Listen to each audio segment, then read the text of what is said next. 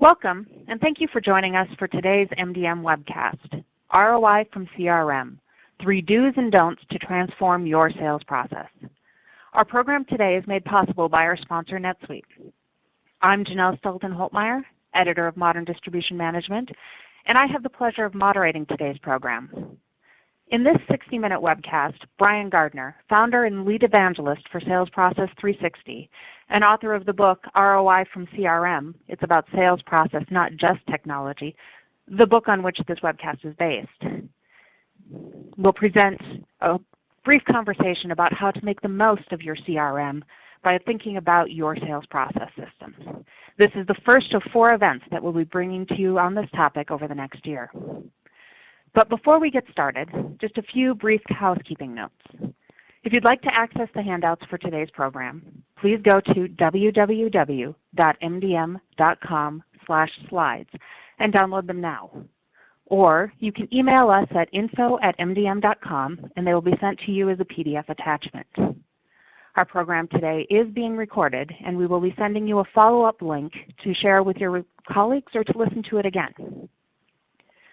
We will be taking questions throughout today's program, but in the interest of time, we won't be taking them by phone.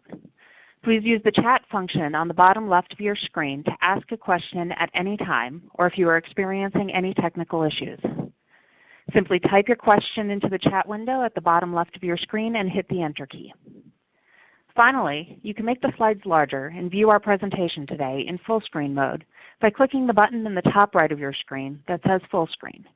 You can return to normal size by hitting your Escape key. So let's get started.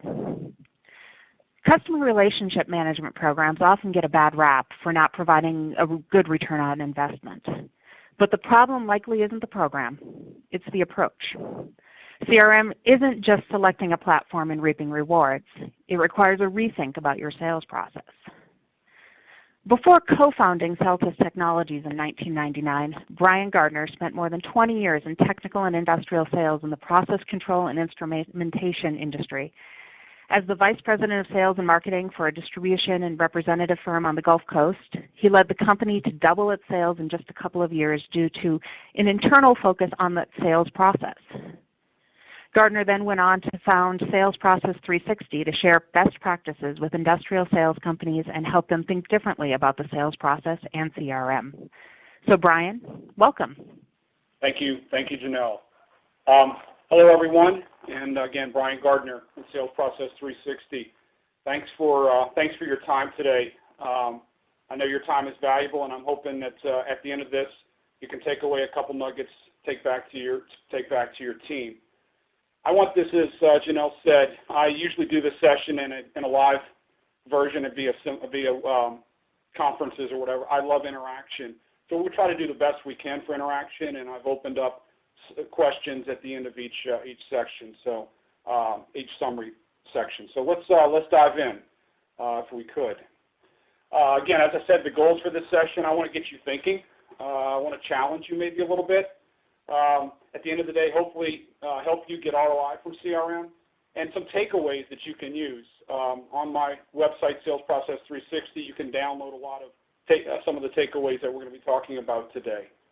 So how did I get to this point? As Janelle said, I was actually born in the industrial sales world. Father had an industrial sales distribution and rep company. Was born into that, worked through all phases of that company, from stocking shelves to inside sales to outside sales, product manager, and then ultimately VP of sales. I'm a huge believer in sales process, have always been, and that's, I guess, what got me to this point right now. I started Celtis, which was an industrial-focused CRM. I sold that recently, and really has afforded me the opportunity to spend time where my passion is, and that's under Sales Process 360, helping companies improve their processes and how to leverage technology, CRM. Recently wrote a book, which was on my bucket list, ROI from CRM, which is published by MDM a couple months ago, and here we are. So let me ask the question here. We're going to try this. It's the first time I'm using the polling here, but I want to get, form some interaction and get some feedback on. If you could answer this question, do you have CRM? I usually ask this question in seminar, or ask people to raise their hands. So if take a minute here, if you could answer, do you have CRM? We'll wait a second here, because this leads to the next question that I'm going to ask for all of you who do have CRM. I think, I don't know if you're seeing the results here. We're running about 18-14 on yeses. I'll give a second. Okay, skip to results. Hold on.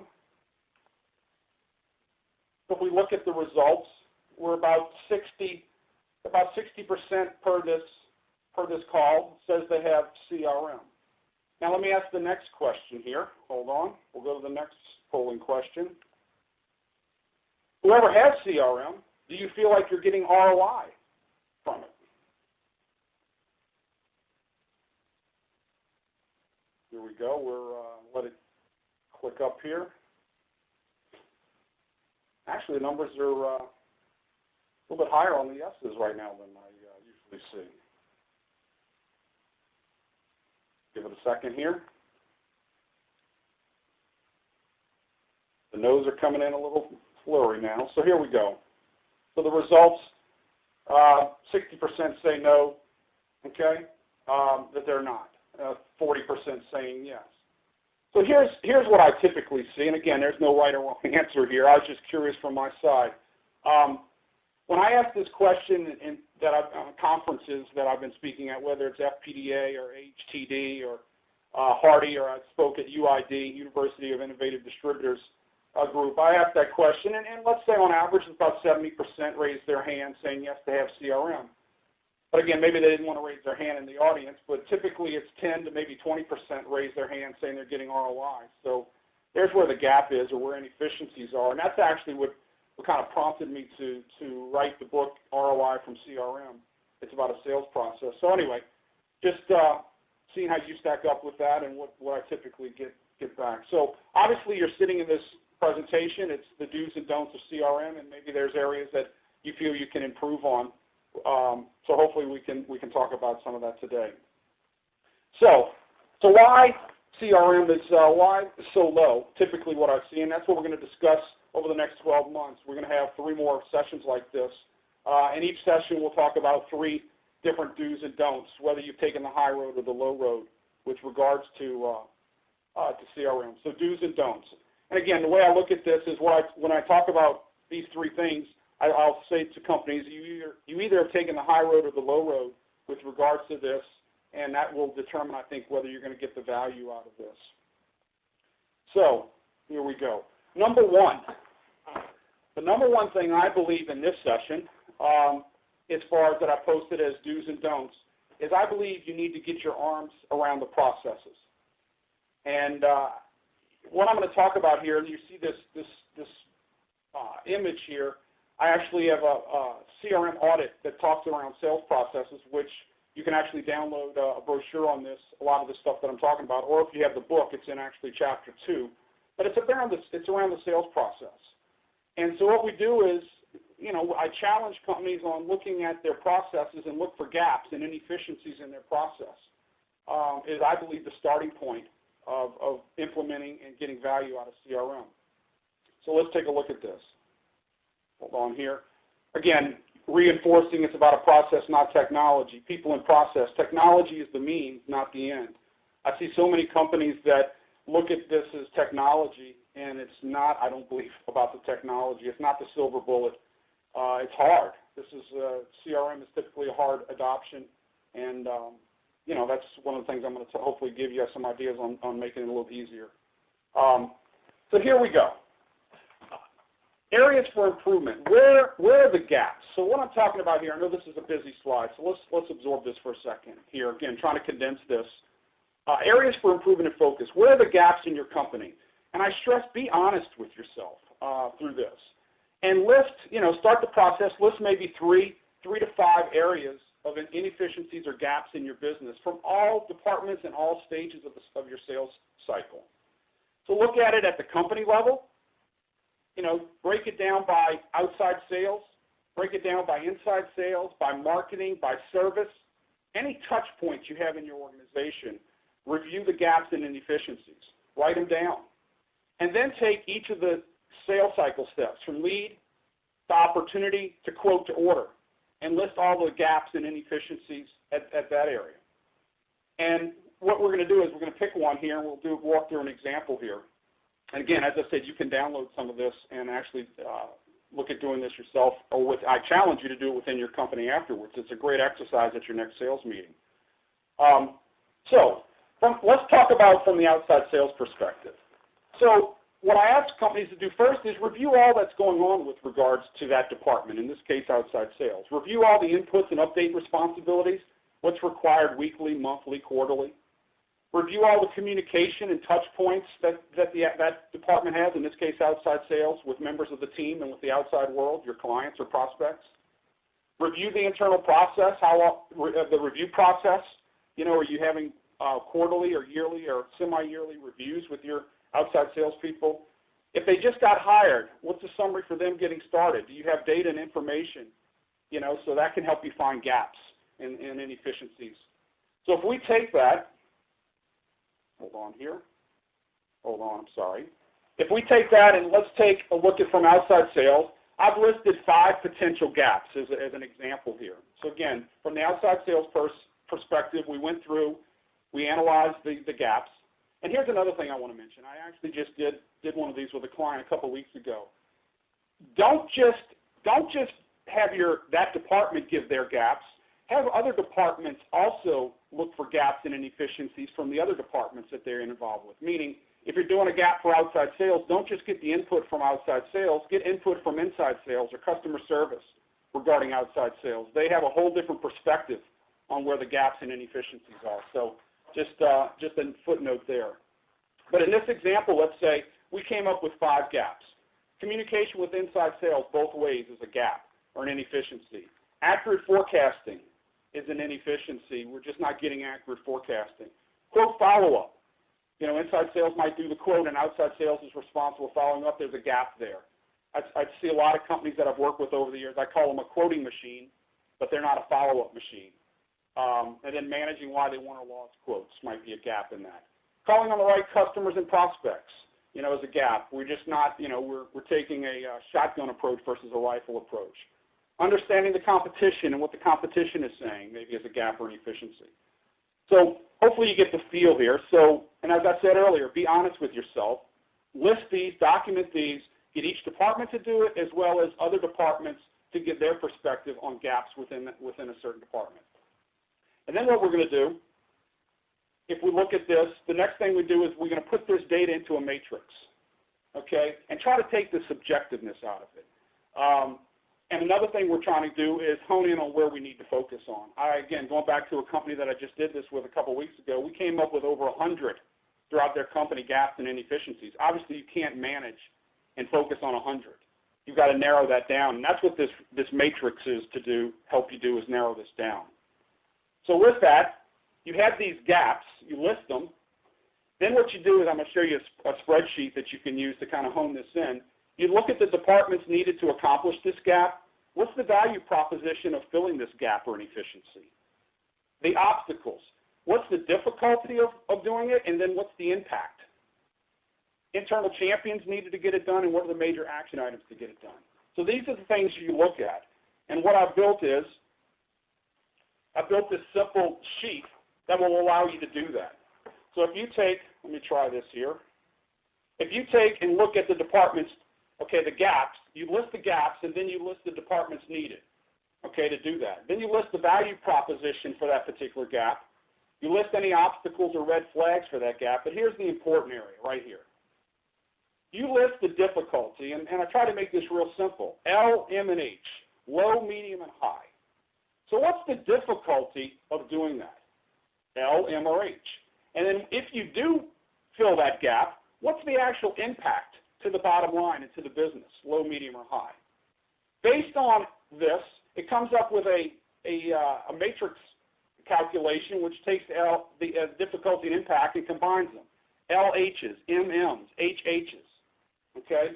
And obviously, what do you want to focus on? You want to focus on the low difficulty but high impact, so LHs is what you want to focus on. So again, going back to that example of a company I did this with a couple weeks ago, we took that list of 100, we went through this process, and we came up with the LHs. Those are the low-hanging fruit. That's the area that the areas we should focus on first. Again, took a lot of the subjectiveness out of it. You then list the internal champions, the major action items, and the changes possibly in the CRM system, if you have one, that needs to be done to fill that gap or inefficiency. So let's look at something here. Here's an example of one that you do, and again, fairly simple, but yet, again, it takes the subjectiveness out of the equation. So this is something I think that you can do. Whether you have CRM or not, it all starts with the sales process. So again, I challenge you to try to do this within your company, maybe at the next sales meeting, and list gaps and run it through this process, and start simple with the difficulty and impact and see what you get. So again, as you see in this case, if you go through here, at the end of the day, you can look at what are the where are the LHs, which is the low difficulty but high impact. That's, I believe, the areas that you should start with. Okay. So to summarize here, get your arms around the process. This little exercise that I showed you via the CRM audit or sales process audit, I think, is a great starting point. Again, you can download the details on the website, and in the book, it's actually a complete chapter. Chapter 2 is all around that. So, summary. For this number 1 area, or do's or don'ts, start with the LHs, the low difficulty but high impact. Identify champions. Put processes and procedures on the focused areas. Train on the expectations and monitor the expectations. And something I've been saying for a long time, start slow and grow when you attack something like this. Don't overwhelm your team. Again, I go back to the example. They had over 100 gaps. We wanted to hone it down to around 5 to 6 gaps to start with. Find those LHs. So with that, as we said, we'd ask any questions. So, Janelle, I'll see if there's anyone that might have any questions that they might have posted at the end of this number one area of do's and don'ts. Well, I have a question for you here, and that's when you were just talking about taking the subjectivity out of the process. Who is determining how difficult something will be? Because that's kind of a subjective measure, isn't it? Sure. Good question. And again, I'll go back to example of a recent client I worked with. We had around 14 people in the room for this process from all departments. And when we got to these LHs, figuring out the difficulty, we kind of took a consensus amongst the group. So it wasn't just, if this was an outside sales area gap, it wasn't just the outside salesperson grading that. It was all departments. And, were there little struggles or battles in there? A little bit, yes. But at the end of the day, it was a consensus amongst the group when we did that LH process of low impact, high difficulty type. So, and at the end of the day, then obviously there was maybe a couple jump balls. The sales manager kind of took charge of that, or in this case, the president of the company. But there was no real argument on that. We were able to get that list of 100 down to about 10 LHs.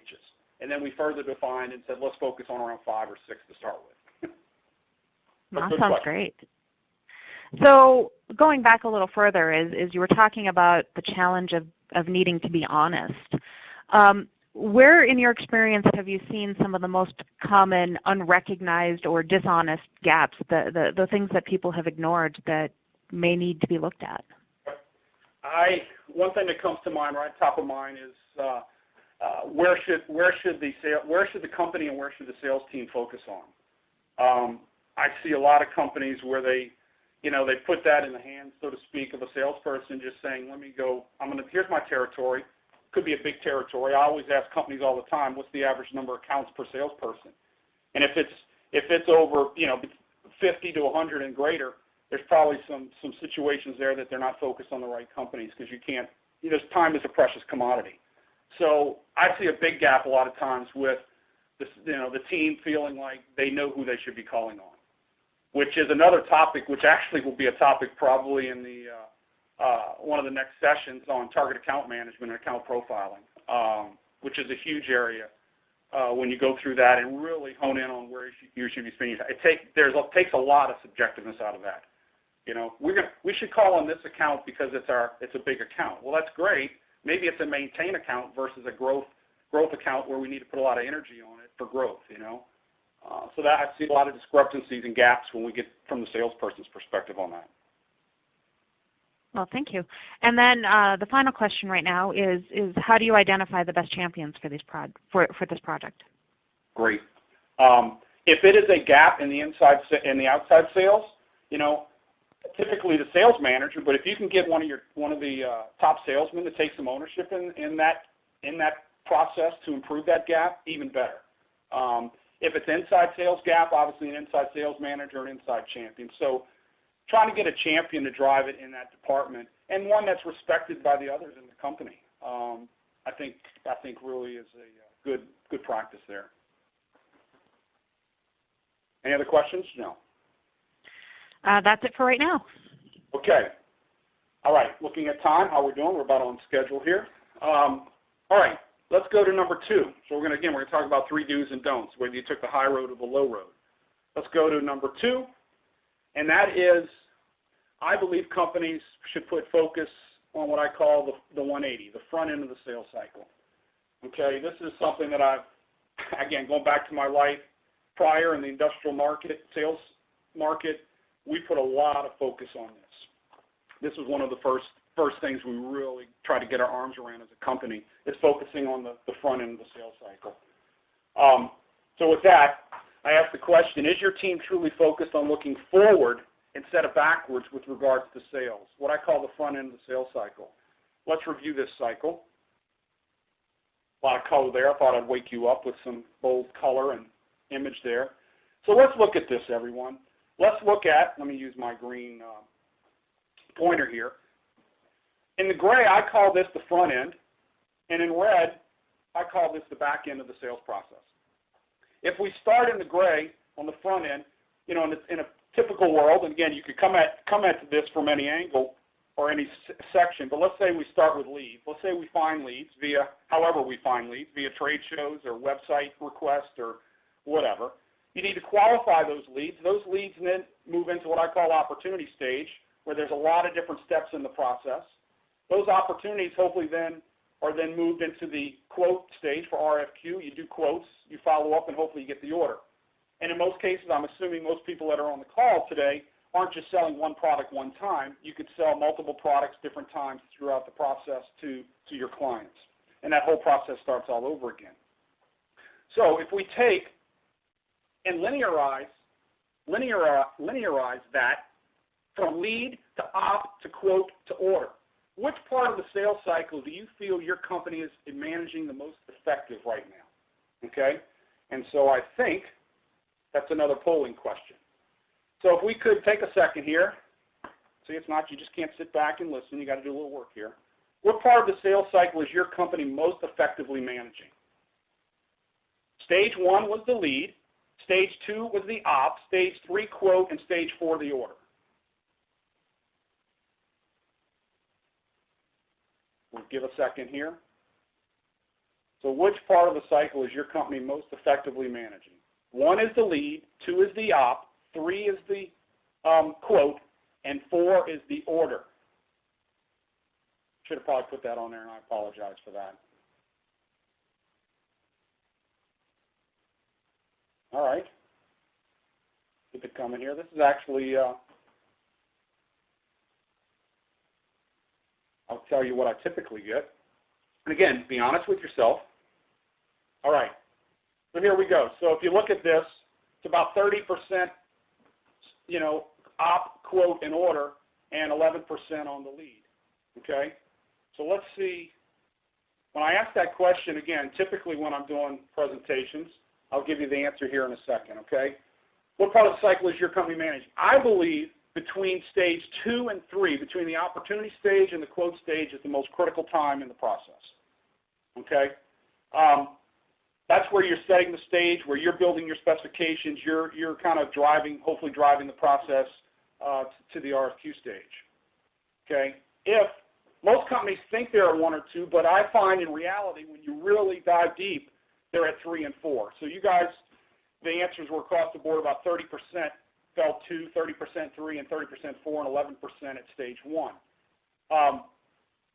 So again, there's where your answer is no right or wrong. I just believe in summary, and what I've seen and what I've lived is that when you start putting real focus, you need to put focus on everything, right? You need to have good processes across the board. I just find that most companies are focused on the back end of their business, and I believe between stage 2 and stage 3 is the most critical with positioning yourself for growth. So the opportunity stage is the most critical. We said that. If you're managing just at the quote stage, or you're waiting for it doesn't show up on your radar, until your pipeline or forecasting radar, until it reaches the quote stage, what's not good about that? What I typically see, and again, I was guilty by association. We were doing this at the family business until we put some processes and focus around this. We were typically reactive versus proactive. An RFQ shows up. We didn't drive the process. We don't know what we need to do, so what do? We lower our price, which means we realize lower margins. Our hit rate is decreased, which is wasted time and money. Our hit rate is nowhere near where it needs to be, so we're spinning our wheels and wasting our time putting out quotes when we weren't driving the process. In a lot of cases, we were nothing more than the third bid. We were on the outside looking in. Most companies need 3 bids, and we were their third bid company. And we had to change that.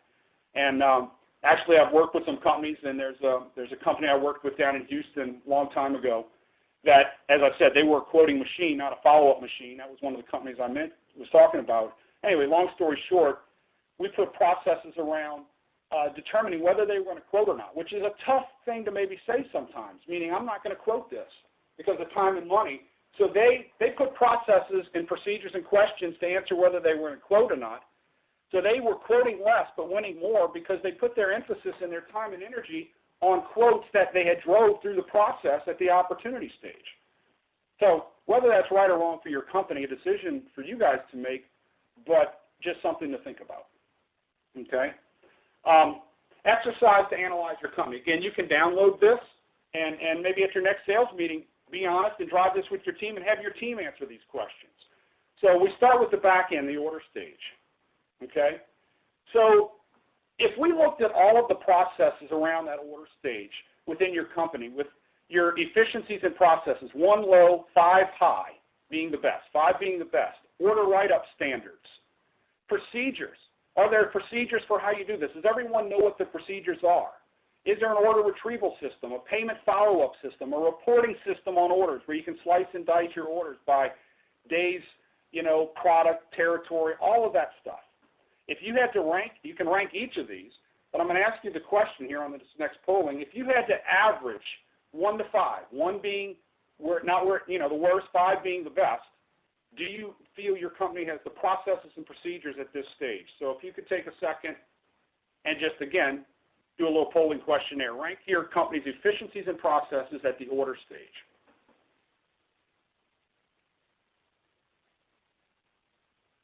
Okay. Let me keep going here for a second. I appreciate everyone participating in this. Once again, it's good exercise, I think, for you guys. And again, I challenge you to take this back to your company. So what I'm having here is, again, looks like 3 is about the average, is the majority here. We've got 4s and 5s. Very few 1s in, okay? So here's the results. Majority is 3. 47% gave themselves a 3 at the order stage of their business as far as processes and procedures. All right, let's go to the next stage of the sales process real quick. Let's talk about the quote stage and some things to think about when you grade your company on this. Do you have quote generation and standards? Are there standards for how every quote is done? Are there procedures for what's quoted or not quoted? Is there a system to manage first in, first out quotes? I was working with a company the other day that were trying to get their arms around which RFQs to do first and making sure bid dates don't get dropped. So there are processes for that. Quote retrieval. Can you get quotes? Can you report on quotes? A proactive quote follow-up system. All of that. So if we put all of that together and you had to give an average ranking, let's go to the next polling question.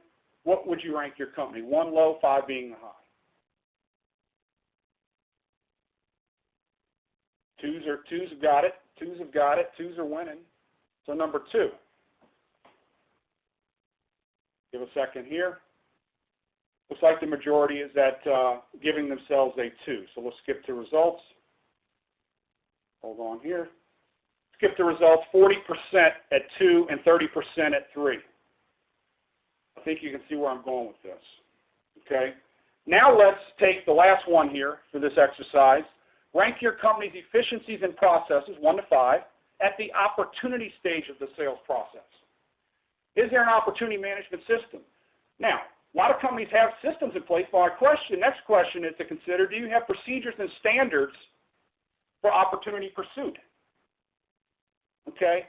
Are your opportunities, is there a documentation process? Is there a proactive follow-up process? Is there a reporting process where you can accurately report on your pipeline and forecast, internal and external, with your principals or with your vendors, and slice and dice it all kind of ways, by product, by territory? If you lumped all of that together and had to grade your company, and again, be honest, 1 to 5, 1 being not where it needs to be, 5 being the best. Number 1 has it. Number 1 is winning here. Number 2 is right behind, but obviously 3, 4, and 5 are lagging. Give a second here. Okay. So, looking at this, 37, almost 40% put themselves at 1. So I think you know where I'm going here. So I asked the question before we started where you felt you were. But as you go through this, and again, being honest with yourself, you know, what did you find? I mean, what I typically see here, let me go back to this. Typically what I see is this. Okay? At the order stage, 4s and 5s, you know, and I think 4 is wanted in that case. You have to have processes and procedures at that part of your business. You know, if not, you probably wouldn't be in business. Then we get to the quote stage, typically 3s, some 4s, and maybe 3s, which is where you guys were. You scored yourself. And then at the opportunity stage, typically the 1s and 2s, which is what we came up with as well.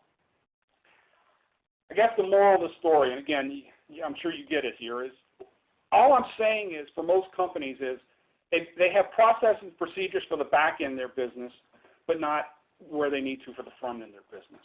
And that's where, again, CRM can come in play. Put those processes and procedures at the front end. I didn't even talk about leads in this exercise, but if we go out to leads, what do you score yourself on leads? So I just took it at the opportunity stage here. So I believe this is where you can get ROI. Again, I lived it, as Janelle said. A lot of the things that I talk about here and actually talk in the book about are things that I actually did manually way back when, 20 plus years ago inside the family business. We did it all manual processes. I mean, I would have loved to have had the technology that's available today 20, 25 years ago. You know, we had Excel spreadsheets. I go back to FoxPro databases, Access databases, you know, separate contact management systems. But we put focus on the front end of our business. And Janelle had indicated the actual results for what we did were we were in a little less than $10 million company. And when I had left to start a CRM or Salesforce automation company focused on the industrial market, we had grown to $33 million, all with internal growth over about a six and a half year period of time. And I contribute that and go to my grave believing that we did that because we got our arms around the processes. And one of the key areas we got our arms around was this whole front-end process. We really drove that to the team and became part of culture within our company. Okay, so summary, put focus on the front end of the sales cycle. This is where you can control your business and where you can get ROI from CRM. Take this back to your team and have them grade. Do that. Have them grade. Put it at your next sales meeting. And then ask your team, what do we need to do to put 4s and 5s at all stages of the sales cycle inside our company? So Janelle, with that, any questions that you've gotten? Anybody, any questions? Yes, we actually have. Let's start with, do you see a big gap with companies who do the quote but don't do a good job of following up? Oh, without a doubt. Again, I see most companies I have seen and worked with over the last 20 years. Again, as I said earlier, I call them a quoting machine but not a follow-up machine. There's a disconnect there, and I don't know why. I mean, again, I guess I do know why. Because, I mean, I was there. I lived it. I raised my hand. I was guilty as well as a company. We changed that. We put real focus on it, but we quote it, and then we think we're going to get the order. We don't have follow-up. That's the easiest thing is to follow up with that quote, you know? And, again, so then the question a lot of companies have is it inside sales or outside sales responsibility? Well, I think it's both responsibility, but you need to have a system in place. And, again, a CRM system can be the conduit for communication on that. And another thing I believe is inside salespeople talk to customers 20 to 30 times more than an outside salesperson. So leverage that information, leverage that communication, and let them be proactive. So John Smith with Exxon calls today, have a system in your CRM system. You should be able to see your quote somewhere. You need to be able to see all the quotes that you have to Exxon or John Smith. Use that time to follow up. Don't hang the phone up. Say, hey, John, I see we quoted you some XYZ pumps last week or whatever. Any update on that? Anything I need to do to help move that forward? Ask for the order. But that's a huge gap is quote follow-up in most companies. Other questions now? So in trying to address some of these gaps, how can people use the CRM system to overcome these challenges and these gaps? It's about process, putting in place processes, making things visible, insight in mind, out of sight, out of mind. Another phrase I use a lot is set the expectations, train on the expectations, and monitor the expectations. Within a CRM system, it should be your eyes and ears. It should be the window into your processes and what's going on in your business. In the case of CRM, it focuses heavily on the front end. Doesn't mean you can't bring in the back end data via an ERP integration, but let's continue talking about the front end. It's a window into your process, out of sight, out of mind. Look at how you're doing it now. Are you doing it now with Excel spreadsheets, or they turn in something, or you have weekly meetings and you talk about it and you leave the meeting, and what do you have to make that visible and make sure that the ball keeps moving forward on things? Whatever those things are. Quote follow-up, opportunity. Are you tracking your load input? That's another topic we'll talk about in one of the do's and don'ts, is managing your load input, to make sure your pipeline's full enough to reach your sales goals. Are you monitoring that? So you got to monitor this stuff, and you need to drive it down to your sales team, I believe, and put them in charge of some of this stuff. Give them a window into their process so they can understand and make good business decisions. Other questions, Janelle, on this? That's it for right now. Come on. All right. This is usually good. This is usually a hot topic, this one. So anyway, all right, here we go. So number 3. And again, these are no order. I'm just picking these, but I think these are all important. Okay, get key people to drive the process and drive this. Okay, so what do I mean by that? Okay. First off, I'm going to pick a couple here. Senior management. They have to be involved. Again, pros or cons, do's or don'ts. Did they take the high road or the low road? Are they missing in action? Where is senior management in the evaluation process or the decision process on where we're going to focus on CRM and where we're going to shore up our gaps? Are they missing in action, or are they part of the process? Do they approve it and then think their job is done? No, it's just getting started. Okay. Team needs to see their commitment. So the team, trust me, senior management, any senior management on this call, the team is monitoring and looking at how are you participating and engaged in this process. Are you committed to make the changes needed to get your arms around all the things that CRM can do for you? But again, it's tough, but we got to put processes around it. And how does your team see you engaged in this? Okay. The next one I have here is sales management. Okay. Some bullet points here that I see. Again, high road or low road. 50% club. Are they involved 50% of the time or 100% of the time? Okay. I believe, and maybe I'm a bias, but I believe they need to be the drivers for this. They truly need to be the drivers for this, because at the end of the day, I believe an effective CRM, for all the things it can do, one of the main things it can do is drive the sales process side of your business. Sales management needs to be driving this, no question. And I tell companies all the time, if they're not and they don't want to be, you're probably setting yourself up for failure. Don't do this right now. Okay, spend your money somewhere else or your time somewhere else. They have to be involved. I see them. They say they're preoccupied. They're dealing with a lot of other things. Well, what's more important than driving sales and putting processes in place? We all just did that exercise, and the average was 1 or 2 for the opportunity side of the business with processes and procedures. The sales manager needs to be driving that and making the goal, putting 4s and 5s at that part of the business. They're the ones that need to drive that and create the culture within the company for that. Sales managers, sometimes I've been in meetings that say, I just want my reports. Just get me my reports. Well, the reports are the output, yes, but you need to help manage the input to get your reports on the output. Again, it's a must for success. So I say all the time, if sales management is not committed to this, you're probably not going to have the success you're looking for or get the ROI that you're looking for. And if it's in the beginning stages and you're just evaluating CRM and saying, I want to really do this, ask yourself or have your company ask the question, is sales management going to be helping drive this? And if they're not, again, maybe it's not the right time for you to do this as a company. All right, the next one is top guns. What do I mean by that? What I mean by that is get early as you can. Get them involved, your top guns, your top people from each department, your top salespeople, outside salespeople, your top inside salespeople, top customer service people, okay? The ones that are actually the foot soldiers that are going to have to understand the value of this. Get them involved early.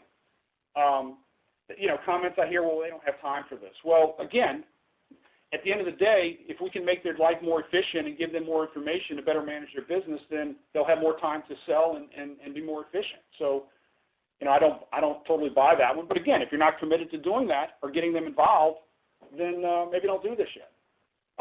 Too productive to defocus them. They're out making sales calls. They're out bringing in business. Well, again, you're going to have to commit to doing this. And again, a lot of times this is done during non-selling time. So yes, there might be more time involved in this in the beginning, but what's the end result going to be if you get this in place?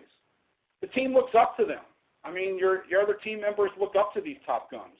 And so if they're involved and they're preaching, and again, as I always say, if they're drinking the Kool-Aid, the other team members will see that and they'll jump on the bandwagon. So to summarize there, hold on here, get your key people involved to drive the process. Senior management, sales management, top guns. And there's other people involved as well, but just to summarize this, I try to, kind of bring to the top. If you can get senior management, sales management, some top guns involved in this, I think you're positioning yourself for success, or your probability for success definitely goes up. Okay. So, ROI, do's and don'ts to transform you, this webinar series. So first off, let me ask, I didn't do a summary on this. So questions on these, questions on this? Does anyone have any questions on? Actually, we have a question going back to the load input discussion that we had a little bit earlier, and that's how can I use my CRM to better hold salespeople accountable for the load input? Repeat that, I'm sorry. How do I hold them more accountable? How can I use CRM to hold salespeople more accountable? Yeah. And you commented on it with the load input. I know I didn't, I mentioned it, but didn't discuss in detail. Again, that will be another topic at another webinar, is load input, which is a very passionate topic for me. But without getting into detail, load input at the high level for everyone else on the call, if you're asking what load input is what do I need to put into my pipeline every month to ultimately reach my sales goals? So, with the question being, well, how can I hold my team accountable for that? I believe you need to drive your sales team to see the value of that and give them a tool, and let CRM be the tool to help them manage themselves and manage their territory. Show them the why. That's another topic. I don't want to get into great detail because I'm going to talk about it at another webinar, but I talk about all the time. I talk about training on the why, not just the how. That is so important. Actually, it's a part of a chapter in the book. I see so many companies train their team on how to do something, how to enter a contact, how to enter an op, how to click this, how to get this report. That's all great, and you need to do that, but you also need to train on the why. Why do we do this? What's the value of why you need to do this? And so driving it to the sales team, give them the dashboards and the metrics to let them see and manage themselves. That's what I used to do. Again, going back to the manual processes we did back then with Excel spreadsheets, giving them tools to grade themselves on will they meet their sales goal. If you're not putting enough in, you're not going to meet your sales goal. It's a numbers game, unfortunately. But give them a tool so they can see that. Inside in mind, out of sight, out of mind. So I know that's maybe not as detailed, but kind of a high level. The answer would be let the CRM system become a tool and drive the CRM as a tool for the salesman to get information, not just give information. Because a lot of companies, salespeople think that. It's like, I'm going to just put this in, and my manager gets what they want. What do I get? Well, no, you are a manager of your own territory, Mr. Salesperson. This is a tool for you to help you manage your territory better. It's a tool for you to manage your quotes, to manage all the touch points from your inside salespeople, to manage all your opportunities so they don't slip through the cracks. That's what this is a tool for. So how do you translate that? How do you get your sales leaders to think about it being a tool for them as opposed to just getting information so that they can be replaced with someone else? Yeah. It's again, it takes time. It's not easy, Chanel. It's not easy. It's culture change. It needs to be driven by management. It needs to become part of the culture of the company. It needs to constantly be stated and shown to value at every sales meeting when possible. So it's not a one-time deal. And it's tough. Again, I've lived it. I've seen companies over the last 20 years that I've worked with, but the common denominator comes back to senior management, sales management, and top guns involved in constantly being the evangelist, so to speak, of what this can do for their company and what this can do for them. At the end of the day, the goal is to sell more. They sell more, they're going to get a higher commission. They can put more money in their pocket. Their W-2 form is going to be higher. We're giving them tools. You need to look at CRM as a tool to make them more efficient, more effective, and manage their business and their territory better. Okay. Other questions? So, great. There is another question. How do you get inside support associates on board if they don't see directly the sales results? Yeah. The person included a comment that usually only the outside sales have the real focus on growing sales, while the inside support just do tasks that are given to them. Well, that's a great question. Remember I said earlier, that's another topic I'll talk about, and one of the things I call it team selling. Again, I don't want to give away the punchline, but for another webinar topic that we're going to do. But remember I said earlier, I believe inside. Did everyone hear that? I'm having a terrible thunderstorm where I am. Hopefully I don't lose connection. I said inside sales touches customers 20 to 30 times more than outside.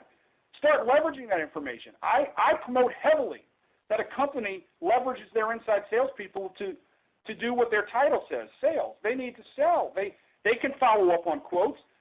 John, if I'm an inside salesperson, I get a phone call from an instrument engineer or purchasing manager at a facility or wherever, and you have in your CRM all the touch points from your outside salespeople to that person, how nice would it be for your inside salesperson to start inquiring about that? I used to promote all the time to our inside. We're not just taking information and hanging up the phone. When you answer the question, I believe and it's inside sales, when you get a phone call from a client or a prospect, it's like them walking through your front door. You take care of their need, but I also believe you have a time after that you can be proactive with that person on the other end of the line. Hey, Mr. Smith, I see that we have a quote out there for you from last week. Anything we can do on that? I see that our outside salesperson spoke to you last month about some product. You get everything you need on that? It needs to be a team culture with this, not just outside sales, and you need to leverage this information across all the touch points in your organization. And that needs to be constantly driven within your team. And again, all right, other questions or comments? Good stuff. That's it for the questions right now. Okay, so summary, ROI, 3 do's and don'ts. Get your arms around the processes. We talked about that with the gaps and inefficiencies. Again, there's a brochure on my web on Sales Process 360 that you can download. Take a look at that. I challenge you to maybe do that as an exercise at one of the next meetings you have, and then start doing the L and H's, right? The low difficulty, high impact. Focus on those. Focus on the front end of the sales cycle. All of you did the questionnaire, and a majority were 1 and 2s at the opportunity stage. Put some focus on putting 4s and 5s at that part of your business. I think you'll see the reward and you'll get some ROI from that, and get key people involved in this whole process. All right. Looks like we got a couple minutes here. I'll go through this fairly quickly. Lagniappe. I'm from Louisiana. Does anyone know what the meaning of lagniappe means? It is a little something extra. Sorry, it's a little something extra. So what I thought we'd do if we had time is this whole topic is ROI from CRM. So let's take something that we talked about today, and let's plug in a possible ROI equation, okay? So this is actually the tail end of this CRM audit is this ROI calculator. So let's go do one here, okay? So let's do a calculator on one of the areas we talked about. Let's say that we increased our hit rate on quotes because we put in place a better management system and visibility and a process for quote follow-up, okay? So here's my question to you. Last question, I promise, okay, for the day. What percent increase in hit rate would you expect if we truly put processes and procedures on the whole quote and quote follow-up process? Do me a favor and just fill those out. You see the answers there, less than 1%, 1 to 3, 3 to 5, greater to 5, greater to 10. Wow. Wow, guys. I don't know if you're seeing the results here. I mean, it's a landslide. I would not have guessed that. I don't get usually this high on that, what people think. But look at the results here. 65%, and not even close, said greater than 10%. You're going to love this next slide. I was extremely conservative, okay? Usually I get less than 5, okay? Okay, usually. So look at this. I even went real conservative. So here's what we're going to do. Hold on. We're going to start at the top of this, sheet, and we're going to say, use an example of a $50 million year company. And let's say that company's average margin percent is 20%, yielding $10 million in gross profit. Let's say, and I use here CRM users 50, and what I do is typically $1 to $1.5 million in sales equals about 1 user of on a CRM system. Okay, so I just made the math. I did 50 here. So based on $50 million in sales, we're going to say that you might have, when you consider, and I'm not talking just, again, I'm talking team selling here. I'm not talking just outside sales. Inside sales, customer service, marketing. And let's say the average monthly fee is $65 a month for a web-based solution out there.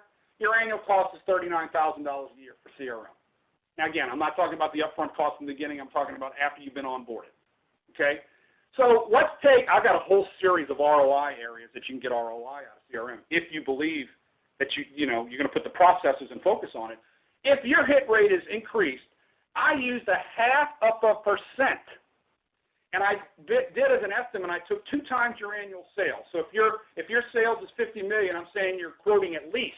I would think at least. I typically think it's probably 3 times, but I made it conservative. I said at least $100 million in quotes a year that are going out. Okay? If we did that, $39,000 investment, calculated gross profit, calculated sales, gross profit of 20%, $100,000 on a $39,000 investment. Just by that alone, just at 0.5%. Do 10%, 60%, or how it is. 60% of you said 10% and greater.